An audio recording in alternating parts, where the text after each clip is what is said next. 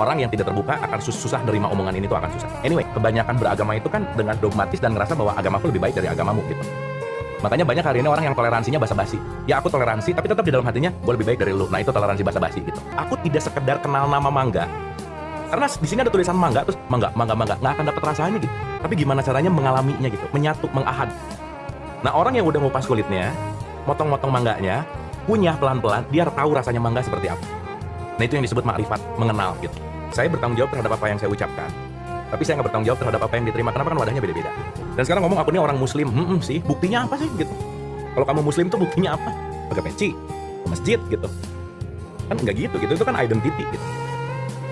Orang kalau kita bicara matahari juga muslim kok. Kenapa? Karena dia tunduk patuh sama hukum semesta kan.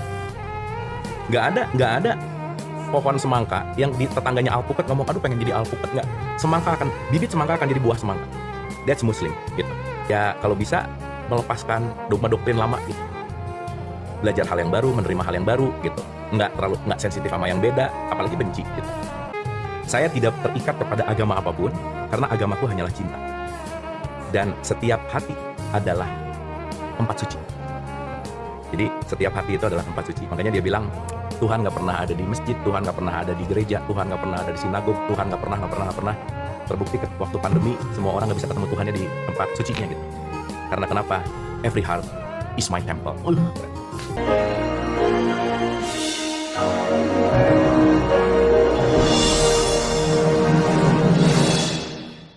Saya jadi gila ya ternyata message-nya Yesus tuh ini gitu. Ternyata message-nya Buddha tuh Gautama tuh ini gitu. Anyway ya, nanti kapan-kapan saya cerita lebih dalam tentang itu gitu. Nah, teman-teman, kita tahu bahwa dalam hukum semesta ini tidak ada yang namanya shortcut, itu nggak ada. Ya, nggak ada yang namanya shortcut. Artinya semua hukumnya tuh bertumbuh gitu, tumbuh terus gitu. Nah jadi buat saya, makanya kalau saya mungkin ini nggak umum ya, pemikiran yang nggak umum, karena mungkin ini sesuatu hal yang perlu kontemplasi dalam, karena kebanyakan beragama itu kan dengan dogmatis dan ngerasa bahwa agamaku lebih baik dari agamamu gitu. Makanya banyak hari ini orang yang toleransinya basa-basi. Ya aku toleransi, tapi tetap di dalam hatinya gue lebih baik dari lu. Nah itu toleransi basa-basi gitu. Makanya saya nggak suka menggunakan kata toleransi, karena toleransi itu artinya membiarkan. Tapi saya lebih senang menggunakan kata-kata mengapresiasi agama lain, bukan bertoleransi. Kenapa? Kalau apresiasi berarti ada embracing, acceptance gitu. Tidak menyalahkan dan membuat dia nyaman dengan apa yang dia pilih, itu namanya appreciate gitu. Beda sama tolerate, itu artinya ya udah sok kamu aku gitu lah. Meskipun nggak salah ya, balik lagi ini kita nggak ngomongin benar atau salah, terserah aja sih mau ngomong toleransi. Tapi buat saya kata yang tepat adalah toleransi umat beragama, bukan itu, tetapi apresiasi antar umat beragama gitu. Sekarang gini teman-teman, let's say ya kita kalau sebodoh amat namanya, akunya nggak peduli. Sebodoh amat itu namanya ignore. Ignore itu nggak peduli gitu. Sebodoh amat lo mau gitu ya udah. Tapi kalau apresiasi itu empati gitu ya, empat gitu kira-kira. Makanya kan di kita kan dikit-dikit ya, nanti di Desember urusan ngucapin Natal ribut gitu. Tapi yang lucu kalau ngucapin selamat nyepi biasa aja ya, aneh gitu. Tapi kalau Natal ribut banget gitu misalkan. Kenapa? Karena ya itu tadi, terbangun dengan struktur berpikir yang padahal mau Natal, mau Maulid, mau lahir itu juga kan. Bahkan Quran aja bilang bahwa semua nabi dan rasul atau semua utusan tidak dibeda-bedakan gitu. Gitu kan, itu kan lucu ya, menarik gitu. Ya balik lagi, kalau udah mulai masuk ke ranah-ranah yang sensitif, ya begitu gitu. Makanya orang yang tidak terbuka akan susah nerima omongan ini tuh akan susah. Anyway, teman-teman, saya mau nanya dulu. Mungkin nggak buah ada kalau nggak ada akar? Mungkin nggak? Duluan mana, akar dulu atau buah dulu? Coba, simple question aja dulu. Duluan akar dulu atau buah dulu? Yang mana? Jelas ya. Berarti kalau ada pengen ada buah dan buahnya pengen oke, diberesin dari akar, betul nggak? Karena awal pertumbuhan dari akar gitu. Kalau ada yang perspektif buah dulu boleh aja sih. Ini kita kan berargumen ya. Nah cuman kenapa saya membawa ke arah ini? Gini loh. Setiap fase dari mulai akar, makanya teman-teman pertumbuhan itu pasti penuh dengan dalam tanda petik penderitaan. Penuh dengan yang namanya guncangan. Karena dia mau tumbuh tuh harus menembus tanah. Itu tuh semuanya kalau dalam bahasa kemarin kita ngobrol sama Pak Wayan, itu hidup itu penuh dengan ledakan-ledakan gitu. Makanya di bahasa filsafat, life is suffering, hidup itu ya penderitaan gitu. Gitu ya. Cuman bukan masalah penderitaan buruk, bukan. Tapi untuk kita bertumbuh, karena gini teman-teman, sorry ya, tidak ada tempat tumbuh yang paling asik, tidak ada tempat yang menumbuhkan kita, di tempat yang nyaman tuh nggak ada. Nggak ada aja. Karena kenapa? Once kalau kita bicara pertumbuhan, itu pasti melalui sesuatu yang perbedaan gitu. Makanya kenapa kata kuncinya adalah adaptif, kita misal. Nah, saya mau bicara dalam struktur agama nih. Ya, supaya nanti kita ngerti, oh oke. Let's say Trinitas tuh masih banyak yang mikirnya gini gitu misalnya. Gini sama gini beda loh ya. Kalau gini tuh terpisah, kalau gini tuh satu kesatuan yang menyatu gitu. Makanya Esa tuh bukan satu, tapi menyatu. Beda loh. Antara satu dan menyatu gitu. Gitu ya, itu dua hal yang berbeda. Jadi bukan masalah satu matematis, bukan. Apalagi nanti kita ngomongin definisi ketuhanan, Tuhan yang satu. Kalau satu bisa dibagi dua dong, jadi ada Tuhan yang 0,5 dong kalau gitu, misalnya. Gitu ya. Oke. Nah, sekarang pertanyaannya adalah, kalau kita bicara dalam konteks pertumbuhan, kan harus ada fase nih. Fase 1, fase 2, fase 3, fase 4 gitu. Ya, jadi bertumbuh gitu. Nah, jadi kalau ngomongin agama balik lagi, ingat ya, agama tuh kan jembatan, bukan tujuan, bukan. Karena agama itu letaknya pada apa? Identitas.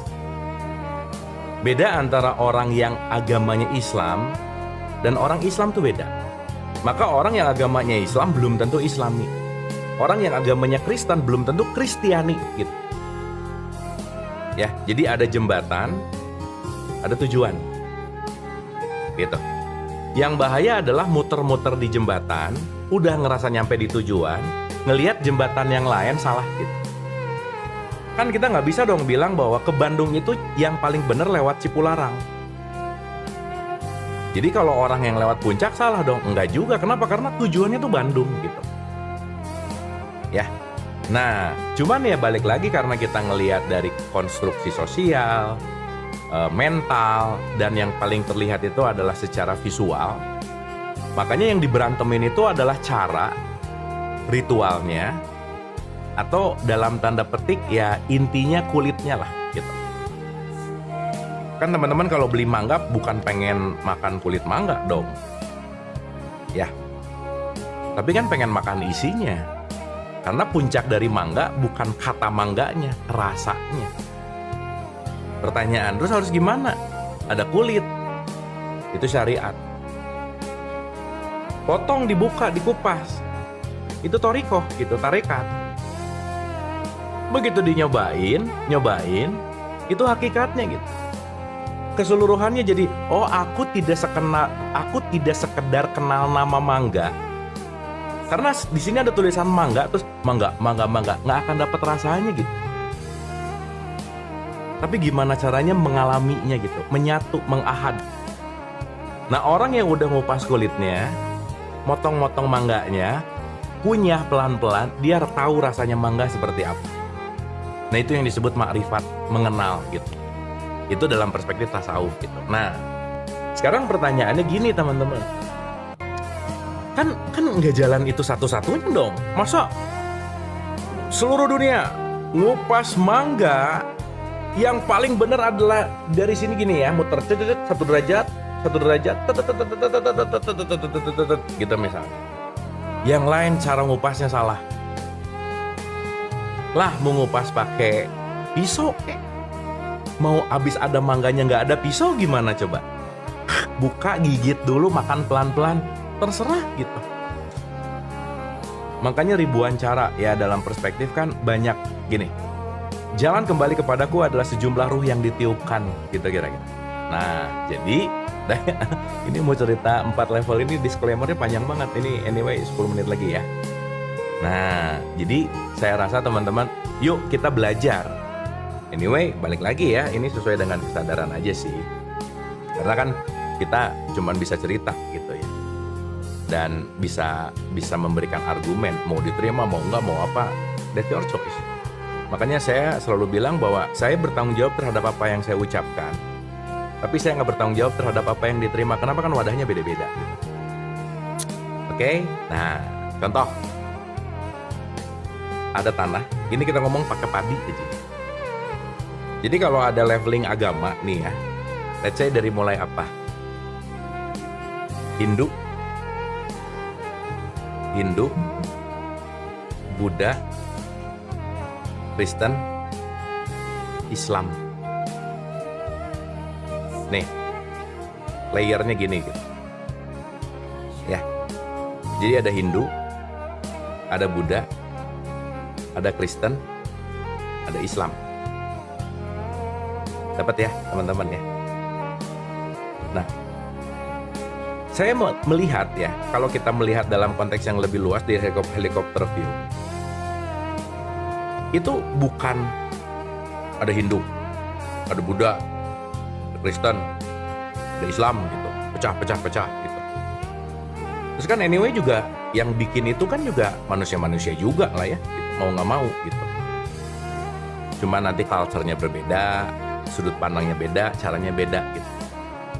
Anyway, agama tuh selalu setelah utusan-utusannya tuh nggak ada gitu, by the way. Gitu. Agamamu apa om? Wah, saya udah lama nggak ditanya agama, tapi kalau saya ditanya agama saya apa? Satu sih, agama saya adalah cinta. Gitu aja supaya gampang ya. Terus kalau ada yang nanya, terus agama yang paling benar apa? Ya agama kamu, gitu aja. Nah, sekarang gampangannya gini teman-teman, ada layer nih ya. Ada stage 1, stage 2, stage 3, stage 4 gitu. Nah, kalau kita bicara dalam wilayah yang paling simpel, tanah naik jadi padi, naik jadi beras, naik jadi nasi. Saya mau nanya, dari tanah sampai nasi ada proses nggak teman-teman? Proses dong, kan nasi nggak tiba-tiba jadi nasi dong, betul nggak? Karena ketika ada tanah itu ngeluarin padi, dia mematang, dalam tanda petik memproses, namanya padi. Padi diolah menjadi beras. Kan teman-teman nggak makan beras, tapi yang dimakan adalah nasinya. Betul nggak? Jadi kalau saya ngelihat dalam proses ini semua proses pematangan aja sih sebenarnya. Matang gitu. Ini dimatangkan, ini dimatangkan, ini dimatangkan, ini dimatangkan. Makanya kalau saya ngelihat bahwa mau itu kita bicara dari mulai perspektif Hindu, Buddha, Christianity, Islam, ini cuma lagi bicara ada fase tanah, mematang menjadi fase padi, diolah menjadi beras, masukin ke magic jar gitu, ke rice cooker, jadi nasi gitu. Sekarang saya tanya, gimana mungkin nasi mengkafirkan padi? Coba, aneh nggak? Kafir kamu padi? Terus si padi nanya, emang beras kamu datang dari mana? Kalau bukan dari aku gitu. Terus kalau nanti keruts ke bawahnya, lah emang kalian semua pada menyesatkan kalau nggak ada gua sebagai tanah, gimana? Coba. Betul nggak? Apalagi nanti nasinya macam-macam, ada nasi kuning, ada nasi merah, ada nasi ungu. Oh, kalau ungu tuh warna jomblo sih ya, nasi ungu gitu. Nah terus nasi kuning ngomong, si nasi ini salah. Habis gitu dia ngomong, alah beras kafir gitu misalnya. Gimana coba? Karena dia udah ngerasa bahwa aku adalah nasi kuning. Gitu teman-teman. Paham ya? Nah, ketika bicara ini dalam perspektif yang lebih luas, saya tuh jadi ngelihat bahwa semuanya indah gitu. Oh iya ya, dia belajar. Teman-teman, kita harus tahu ya, Buddha tuh bukan agama loh, dia tuh awakening gitu. Hindu itu bukan masalah religionnya, tetapi dia adalah place untuk menemukan the land of God gitu. Christianity itu kan kasih, Islam itu kan artinya berserah ya. Berserah gitu, total surrender gitu.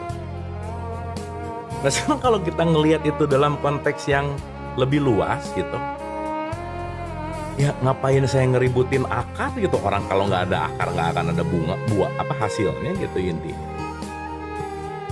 Dan sekarang ngomong aku nih orang muslim, sih buktinya apa sih gitu? Kalau kamu muslim tuh buktinya apa? Pakai peci, ke masjid gitu. Kan nggak gitu, itu kan identity gitu. Orang kalau kita bicara matahari juga muslim kok. Kenapa? Karena dia tunduk patuh sama hukum semesta kan. Nggak ada pohon semangka yang di tetangganya alpukat ngomong, aduh pengen jadi alpukat. Nggak. Bibit semangka akan jadi buah semangka. That's Muslim gitu. Ya KTP kan identitas gitu. Gitu teman-teman. Nah jadi balik lagi semua pasti pada perspektif kesadaran yang beda-beda gitu. Cuman ya kalau tidak dijalani dan tidak dialami emang agak ribet sih memang. Dan semua perbedaan itu kan anugerah gitu by the way. Kalau semua perbedaan adalah anugerah dan kita sadar bahwa kita ini adalah pecahan puzzle dan pecahan kaca yang sama, ya saya bukan mencari sesuatu yang buruknya, bencinya, tetapi pasti ada satu yang bisa aku ambil pelajaran dari dia gitu. Nah makanya konteksnya namanya Iqra gitu loh teman-teman. Gitu. Oh gitu, musiknya kekencengan. Nah gitu. Tipsnya biar bisa mengalami, ya dialami aja. Mau belajar terus dan mau bertumbuh gitu. Dan yang paling penting sebisa mungkin ya kalau bisa melepaskan dogma doktrin lama gitu. Belajar hal yang baru, menerima hal yang baru gitu.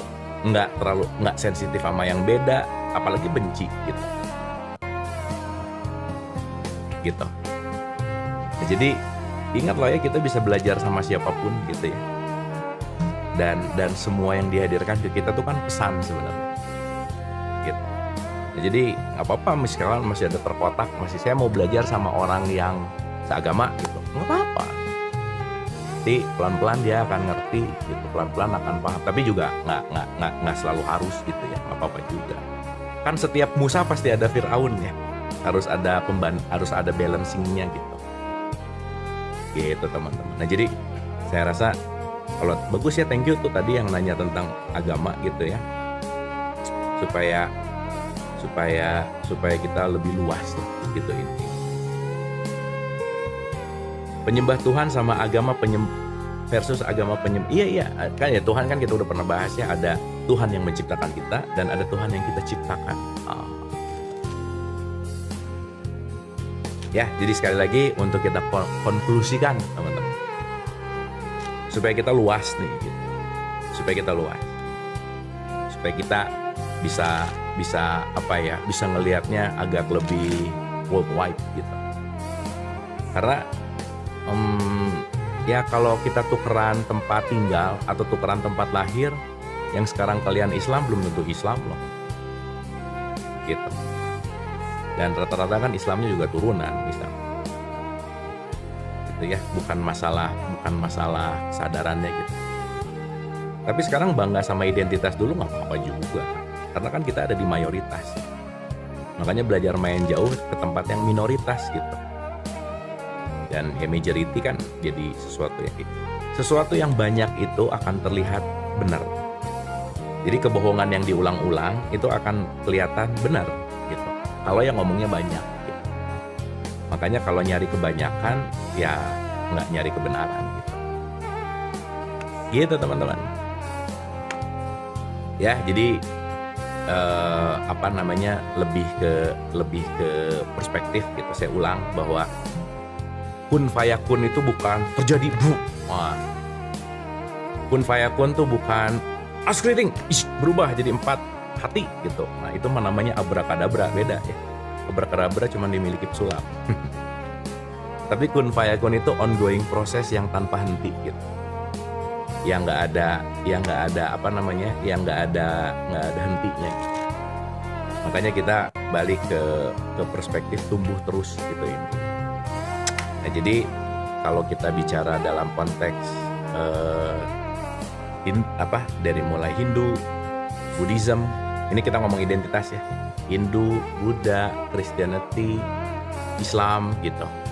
Itu kan tumbuh dari mulai tanah, dia masuk ke level yang namanya padi, dia masuk ke level yang namanya beras, akhirnya jadi nasi gitu.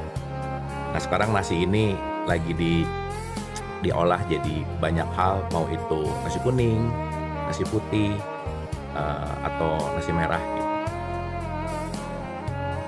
Ustadz baca Al-Quran ayat pendek boleh, alif lam mim, nah udah gitu. Nah itu pendek kan gitu teman-teman. Nah jadi yang paling simpel adalah bagaimana kita melihat dalam konteks yang melihatnya adalah pertumbuhan gitu. Ketika pertumbuhan dari mulai tanah menjadi nasi, dan nasinya kita bisa bisa kita makan, itu melalui fase yang panjang gitu guys. Nah jadi kita melihat lebih luas gitu, kita melihat lebih perspektifnya lebih dalam. Dan ya Yasin boleh sih. Kenapa coba kalau ada orang meninggal bacanya Yasin? Nah, kalau Al-Baqarah kepanjangan gitu. Atlet binaraga. Gitu teman-teman. Sip ya teman-teman ya. Nanti pertanyaan tentang Robiul Awal tadi ini pas nih ya. Jam 10 ini topik pembahasannya kita mau masuk ke concern tentang Nur Muhammad. Dan di situ karena di kajian ini memang baru di tahapan itu, memang akan banyak diulang-ulang teman-teman, akan banyak diulang-ulang, tapi mudah-mudahan pengulangan itu kalau pisau tuh menajamkan gitu. Itu karena kan menarik gitu ya ketika kita dalamin. Nah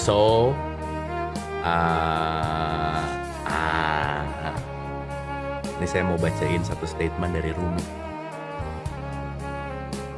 Keren banget. Rumi.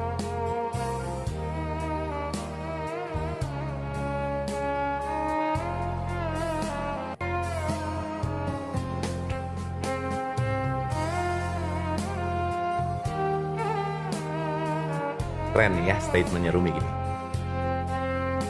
I belong to no religion. My religion is love. Every heart is my temple. Saya tidak terikat kepada agama apapun karena agamaku hanyalah cinta. Dan setiap hati adalah tempat suci. Jadi setiap hati itu adalah tempat suci. Makanya dia bilang Tuhan gak pernah ada di masjid, Tuhan gak pernah ada di gereja, Tuhan gak pernah ada di sinagog, Tuhan gak pernah. Terbukti waktu pandemi semua orang gak bisa ketemu Tuhannya di tempat sucinya gitu. Karena kenapa? Every heart is my temple. Mantap ya. Ini statement Rumi itu memang menyayat gitu ya. Benar, itulah yang disebut dengan yang namanya Baitullah. Kalau Allah dekat, ngapain Baitullahnya jauh-jauh? Gitu teman-teman. Oke guys, see you jam 10. Ini kan mau catch up dulu biasa ya, supaya fresh gitu. Teman-teman mau yang sarapan dulu boleh, santai, nanti jam 10 kita start belajar lagi. Dapat ya, saya ulang sekali lagi. Dari mulai tanah naik ke padi naik ke beras naik ke nasi. Bahwa setiap level kenaikan ini menjadi sebuah level yang sangat indah dan dinamis. Jadi kalau ada yang sekarang belajar atau ada di level beras, nggak apa-apa. Karena nggak ada beras, nggak akan ada nasi. Oke guys, dapat sesuatu apa hari ini? 3 minutes. Saya nanya dulu ah. Iya, nasinya lauknya macam-macam bener.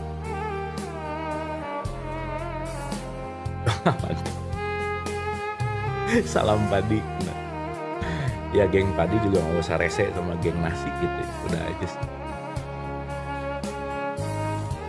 Karena semuanya ongoing proses. Udahlah, tuh indah banget. Nggak mudah sih memang, nggak mudah. Tapi kalau nggak dilatih dan nggak jalan terus, susah untuk diceritain sih. Semuanya memang penting untuk dialami gitu.